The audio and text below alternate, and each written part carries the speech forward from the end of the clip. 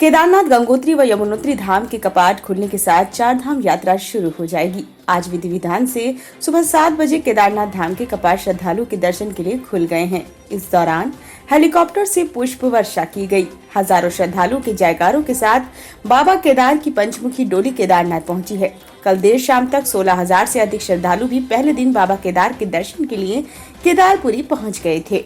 आज केदारनाथ धाम के कपाट खुलने के बाद यमुनोत्री धाम के कपाट सुबह 10:29 और गंगोत्री धाम के कपाट 12:25 पर खुलेंगे।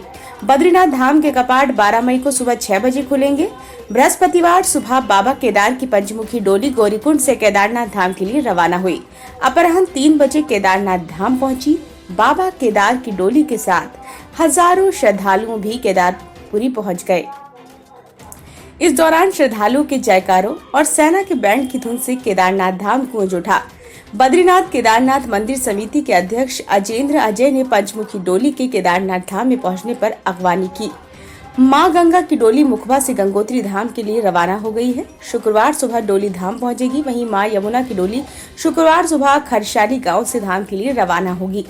केदारनाथ, गंगोत्री और यमुनोत्री धाम को फूलों से भव्य रूप से सजाया गया है। केदारनाथ मंदिर को 20 क्विंटल से अधिक फूलों से सजाया गया। धाम के दर्शन के लिए इस बार श्रद्धालु आस्था पथ से जाएंगे। आस्था पथ पर बैठने के लिए बेंच की व्यवस्था है।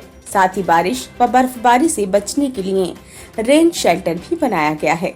चार धाम यात्रा के लिए अब तक 22 लाख से अधिक श्रद्धालु पंजीकरण करा चुके हैं। पंजीकरण के आंकड़े को देखते हुए इस बार भी प्रदेश सरकार को चार धाम यात्रा में श्रद्धालुओं का नया रिकॉर्ड बनने की उम्मीद है। बीते वर्ष चार धाम यात्रा में आए तीर्थयात्रियों की संख्या धाम तीर्थयात्रियों की संख्या 19,61,025, बद्रीनाथ 18,34,729, गंगोत्री 9,05,174, यमुनोत्री 7,35,244, हेमकुंड साहिब 1,77,463।